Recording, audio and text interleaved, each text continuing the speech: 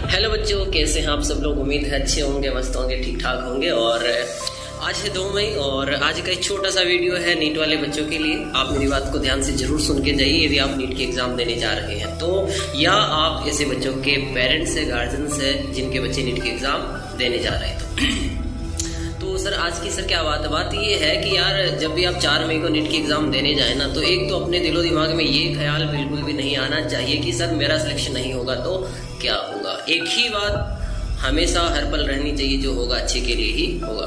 और वो एक कहानी आपने बचपन में सुनी होगी ना, आज फिर मैं उसका एक बार जिक्र करता हूँ, आप सुन के जरूर जाना सर। देखो तो एक बार क्या था, एक बार राजा हुआ करता था किसी राज्य में, और राजा एक बार क्या करता है, शिकार करने के लिए जंगल में जाता है। अब जंगल में वो किसी पेड़ के पास खड़ा था और किताबों में लिखा हुआ कि सर वो चंदन का पेड़ था। अब चंदन के पेड़ पे सांप हुआ करते हैं, तो वो चंदन के पेड़ के पास ऐसे हाथ लगा के ऐसे खड़ा हुआ था। चंदन के पेड़ के जो छोटा सा कांटा था उस पर सांप का जहर लगा हुआ था।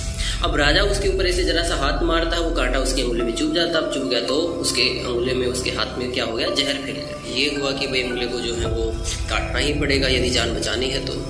अब उंगली काट दी गई तो दोनों के दोनों वापस कैसे जैसे करके, अब लग रहा था कि आज तो मरते मरते बच्चे वापस महल में आते हैं। और इसी घटना का जिक्र चल रहा था दरबार में, तो मंत्री ने गलती से एक बात कह दी कि महाराज जो होता है अच्छे के लिए होता है। अब जो राजा था सर वो बड़ा चिढ़ गए इस बात से कि यार मेरी उंगली कट गई और इस आदमी को लग रहा है कि जो होता है अच्छे के लिए होता है।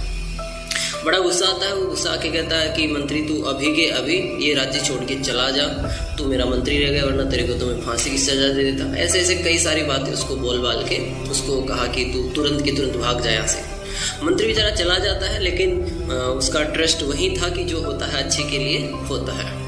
अब देखते देखते कई साल गुजर गए, 6-7 साल के बाद की बात है। राजा फिर किसी जंगल में शिकार के लिए खड़ा हुआ है, कोई उसके पास सिक्योरिटी नहीं है, सैनिक वगैरह नहीं है। अब उसी जंगल में क्या था कि एक जो जनजाति राजा को घेर लेती है। अब जनजाति में तो पता ही है आपको कि बलि देने जैसी काफ़ी प्रथाएं होती हैं, तो राजा को उसी के लिए घेरा गया था। लेकिन सर जो जरा भी खंडित होता, खंडित का मतलब कहीं से किसी की हाथ पैर उंगलियां कटी हुई होती है, तो वो बलि देने के लायक नहीं समझा जाता है।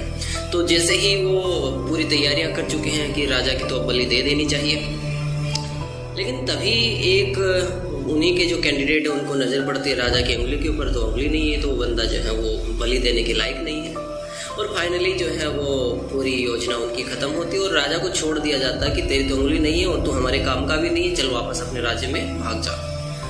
राजा को तब वो बात समझ में आती है कि यार आज यदि ये उंगली नहीं कटी होती तो आज तो मैं मर ही जाता। मतलब वो मंत्री उस दिन सही कह रहा था, जो होता है अच्छे के लिए होता है। याद रखना मेरी इस बात को कि यदि आज सिलेक्शन हुआ है